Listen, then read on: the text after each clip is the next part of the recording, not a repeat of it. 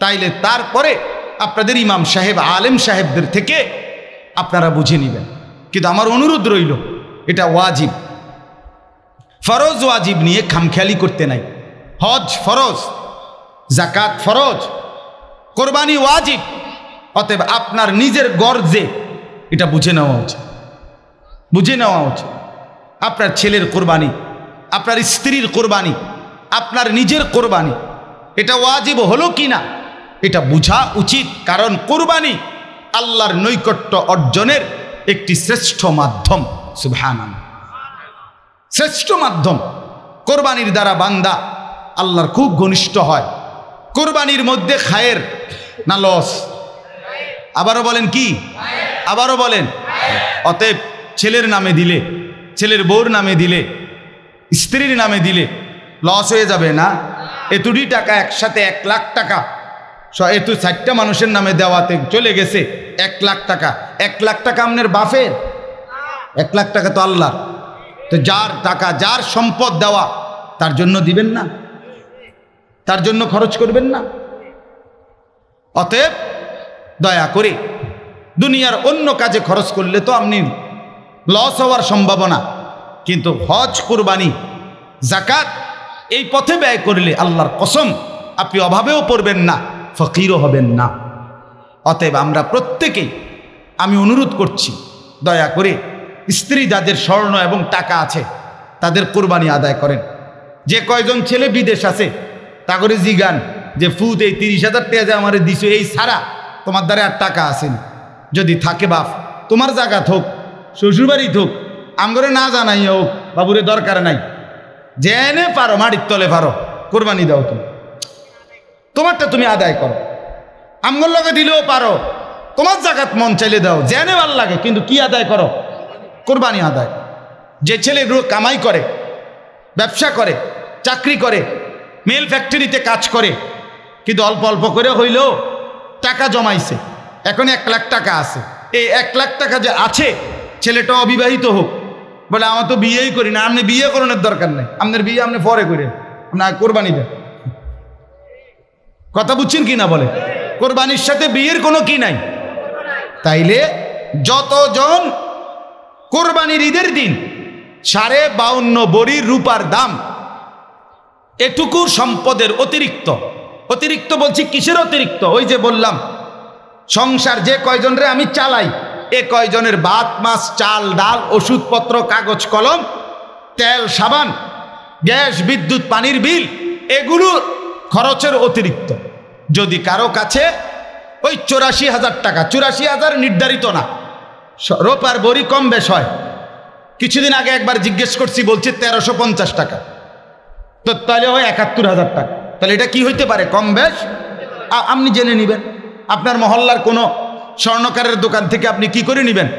রূপার বড়ি জেনে নেবেন। কিন্তু বিষয়টাকে পাত্তা দিবেন, খেয়াল করবেন, কারণ কোরবানি আল্লাহ তাআলা বলছেন। এবার আমি আমার কথার সমাপ্তিতে আসি।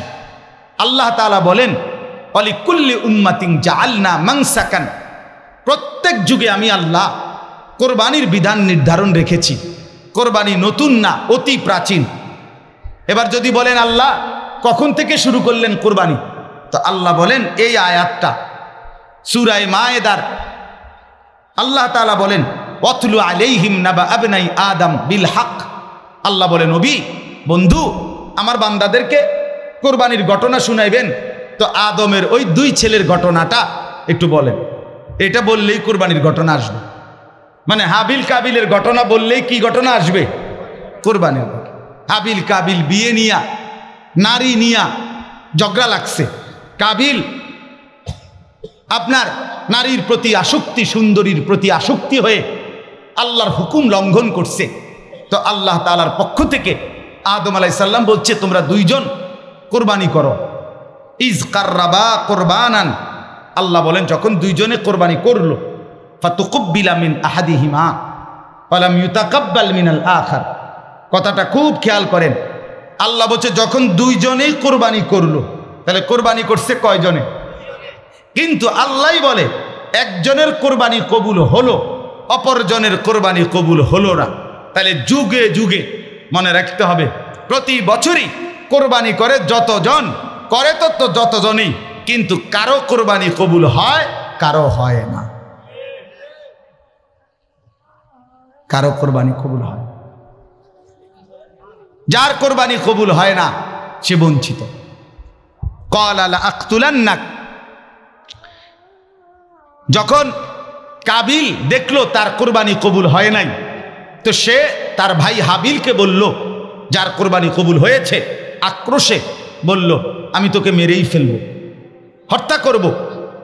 ক্বালা ইন্নামা ইয়াতাকাব্বালুল্লাহু মিনাল মুত্তাকিন, তখন হাবিল বলল যে ভাই শোনো, মেরে ফেলো, কোনো সমস্যা নাই, আমি জীবন দেব, ঠিক আছে, তবে একটা কথা মূলনীতি শুনে নাও, কিয়ামত পর্যন্ত আল্লাহ ইবাদত, কোরবানি হোক আর যে কোনো ইবাদত, আল্লাহ কবুল করবেন তার তাকওয়া থাকবে যার।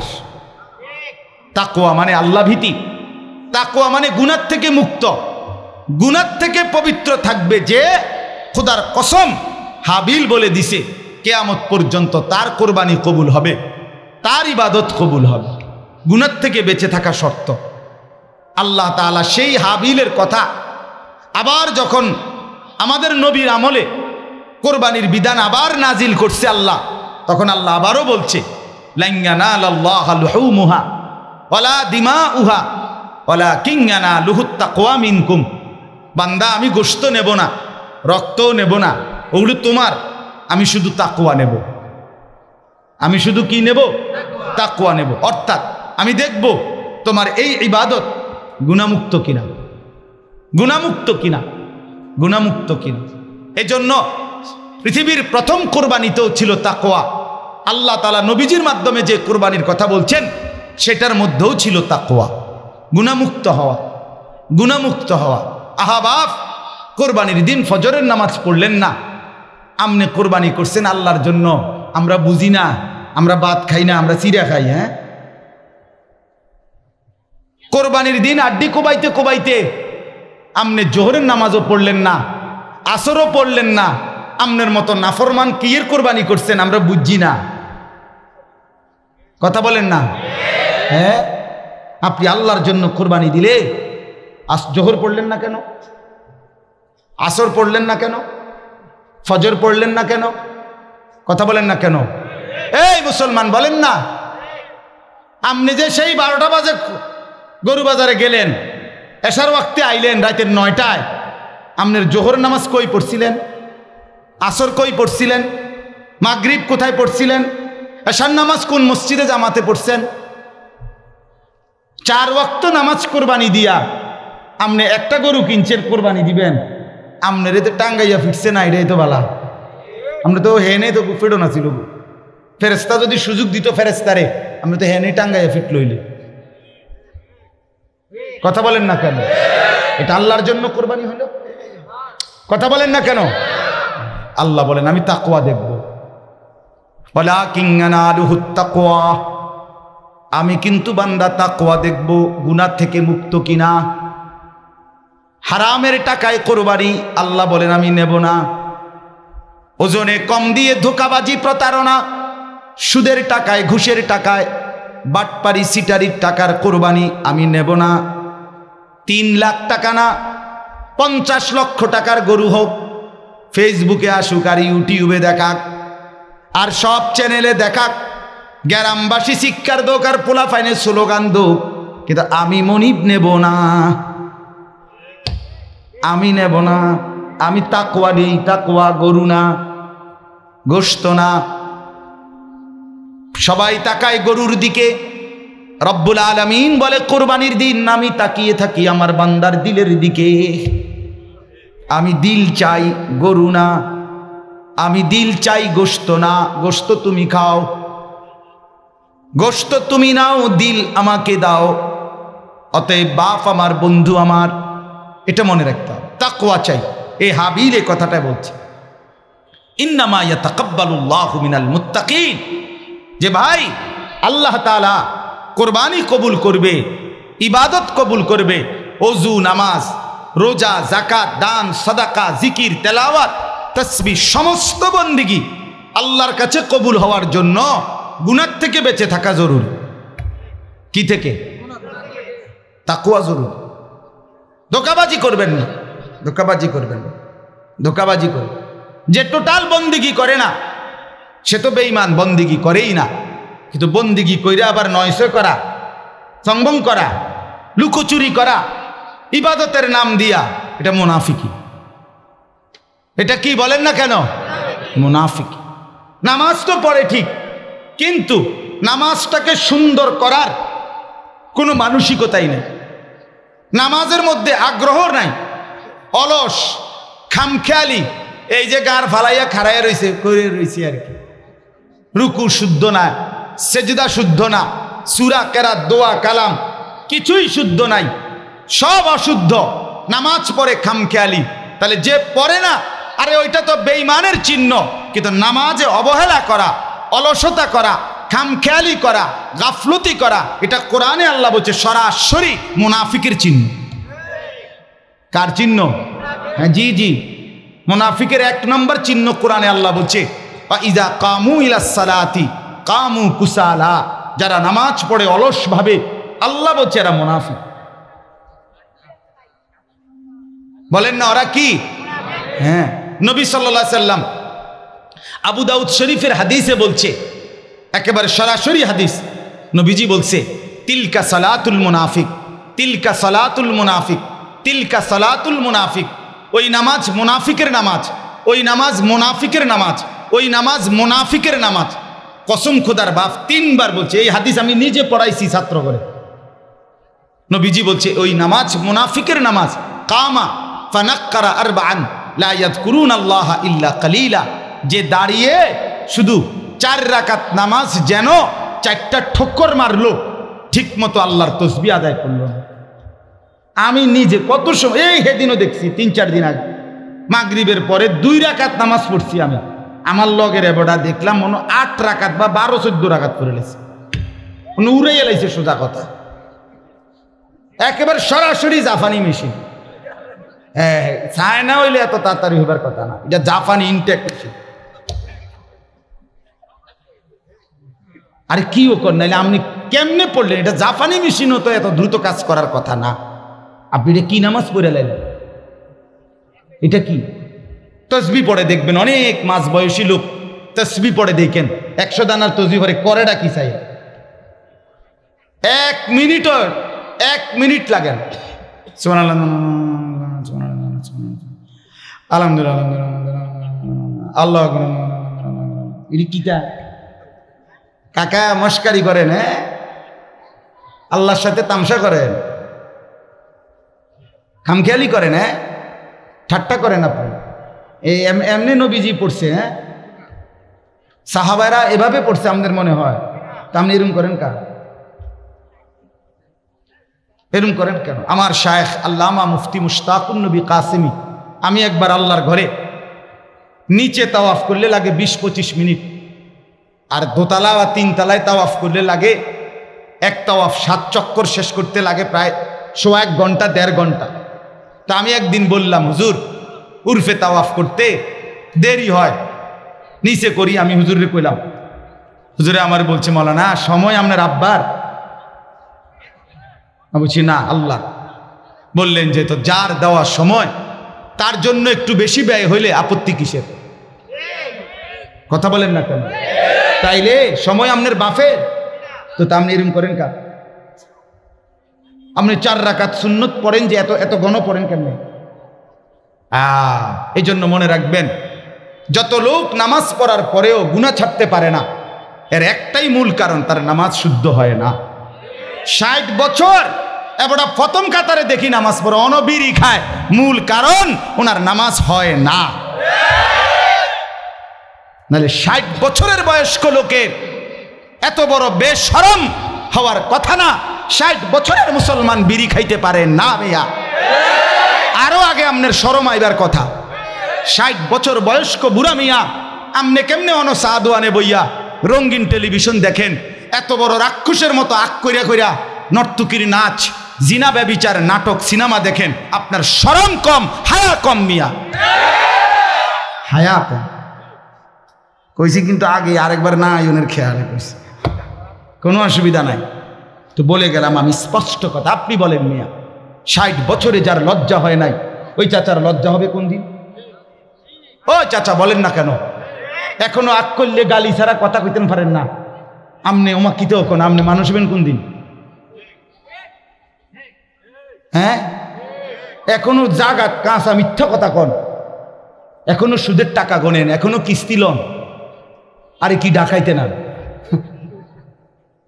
আপনি কবরে যাবেন কোন দিন? আপনি মরবেন কোন দিন কাকা? আফসোসের বিষয় কিনা বলেন না? আফসোস আজও সময় হয় নাই, আল্লাহর দিকে ফিরবার টাইম হয় নাই, কবরের কথা মনে পড়বার সময় হয় নাই চাচা। আল্লাহ আমাদেরকে বুঝ দান করেন, আল্লাহ আমাদেরকে মাফ করে দেন। চলেন আমার কথার একসাথে আবার বলি।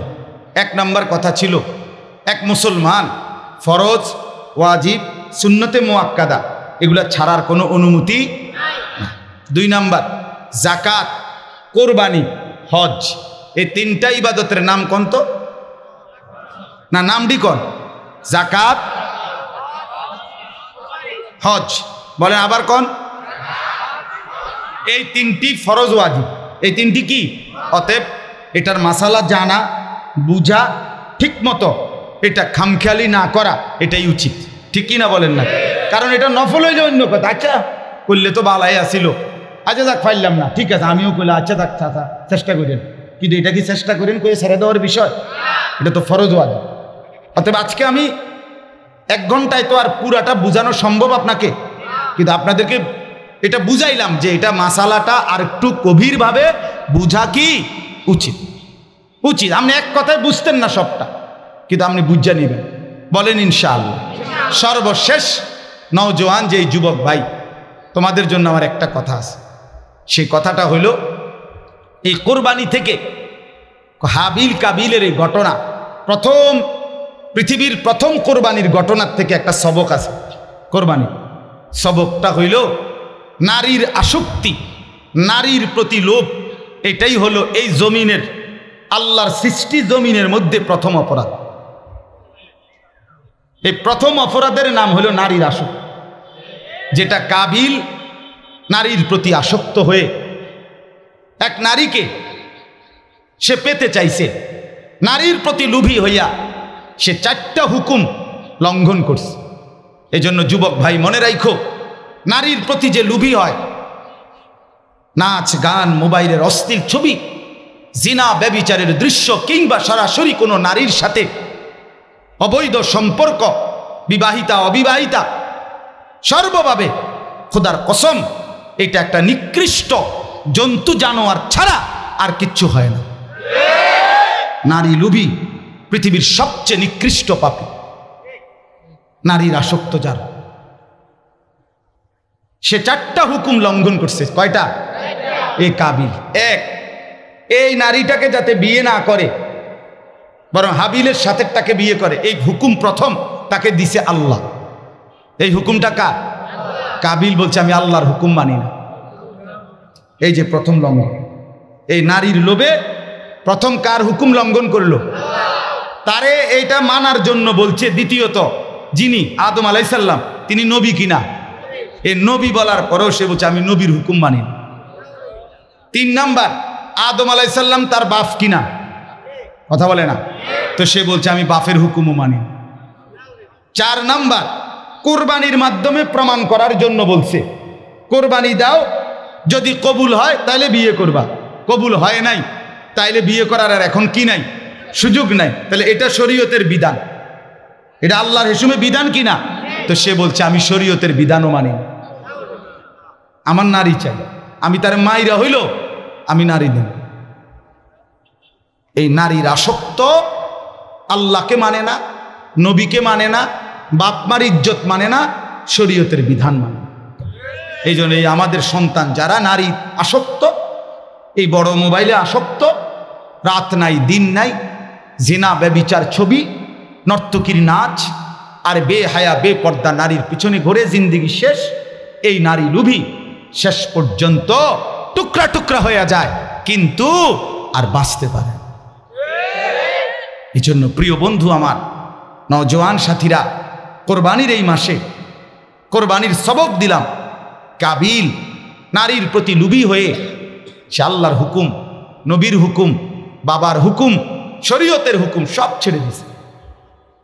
এই জন্য তোমরা যারা শুধু মোবাইলে আসক্ত, নারীতে আসক্ত, তোমরা যারা সারাক্ষণ দিবানিশি মোবাইলে নারীর ছবি আর নাচ গান দেখতে অভ্যস্ত বন্ধু, এই আসক্তি তোমারে আল্লাহ ভুলাই দিবে, নবী ভুলাই দিবে, বাপ মার ইজ্জত ভুলাই দিবে, তোমার শরীয়ত, দিন, ইসলাম সব ভুলাই দিবে। তোমার একদিন অচিরেই জন্তু আর জানোয়ার বানায় দিবে, হাইওয়ান বানায়।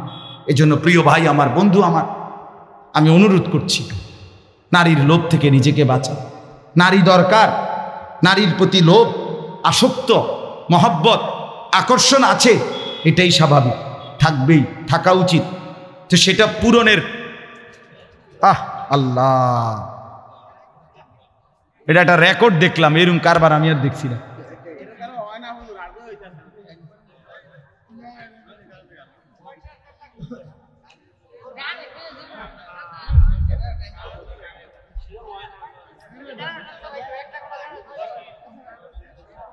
ঠিক আছে, আমগো কথা শেষ, আর অসুবিধা নাই। ঠিক আছে বাপ, আমার কথাও শেষ। তাহলে অতএব আমি অনুরোধ করলাম, যুবক ভাই, তোমরা কোনোভাবেই নারীর প্রয়োজন এটা আল্লাহ তাআলাই সৃষ্টিগতভাবে দিয়েছেন, অতএব সেটা পূরণের জন্য হালাল পন্থায় হালাল স্ত্রী আল্লাহ পুরুষের দেহ থেকেই বানাইয়া রাখছেন, যথোপযুক্ত সময়ে পৌঁছাবেন। নারী পুরুষ স্বামী স্ত্রীর এই পবিত্র বন্ধন দিয়েই আল্লাহ তাআলা পৃথিবী এই পর্যন্ত মানুষের ধারা এনেছেন, কাজেই এটা স্বাভাবিক বিষয়। এটার জন্য কুত্তার মতো হইয়া যাওয়ার কোনো সুযোগ দরকার নেই। বুঝেন নাই কথাটা? হ্যাঁ, আদম এবং হাওয়া প্রথম স্বামী স্ত্রী কিনে, এই পৃথিবীর প্রথম সম্বন্ধ মা বাপ। কথা বলেন না কেন? ভাই বোন? না, স্বামী স্ত্রী। তাহলে পৃথিবীর প্রথম বন্ধন স্বামী স্ত্রী, এটা হবেই। অতএব তোমার জন্য ইনশাআল্লাহ হালাল স্ত্রী মিলে যাবে, আল্লাহ ব্যবস্থা রাখছেন, সৃষ্টি করেছেন, কোরআনে আছে।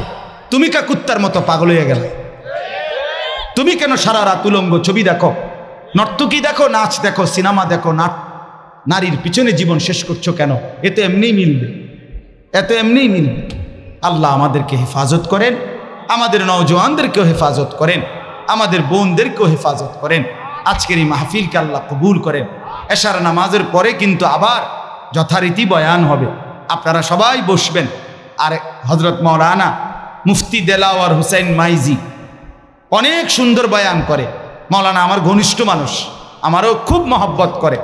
আপনাদের কাছে অনুরোধ, সবাই বসবেন। আপনাদের কবরস্থানে কাজ করবে, কবরস্থানের জন্য যদি চায় দিয়েন, সবাই উপস্থিত থাকলেও দিবেন, উপস্থিত না থাকলেও দিবেন। আল্লাহর রাস্তায় দান করার ক্ষেত্রে পিছপা হবেন না। আল্লাহ পাক, আমি এক্ষুনি বলছি এটা, যে দান করলে, আল্লাহর রাস্তায় সম্পদ ব্যয় করলে, এটার মধ্যে কি আছে? খায়ের। কি আছে বলেন না? কল্যাণ। একটা দুইটা না, জিন্দিগির আখেরাতের সব কল্যাণ। আল্লাহ আমাদেরকে তৌফিক দেন। আল্লাহ তাআলা প্রত্যেককে আল্লাহর ঘর জিয়ারতের তৌফিক দান করেন। বন্ধু আমার, নিয়ত করেন, কাবা দেখব, মদিনা দেখব। সবুজ গম্বুজ না দেখলে দেখলা কি? কালো গিলাফ না দেখলে জীবনে আর দেখলা কি? আল্লাহ আমাদেরকে তৌফিক দান। বুধবার দিন সকালবেলা আমার হজ্জের ফ্লাইট, ইনশাআল্লাহ। আমি আল্লাহ যেন আমাদেরকেও নেয়, আমরাও আপনাদের জন্য দোয়া করি। আল্লাহ সবাই কবুল করেন, আমিন। সুবহান।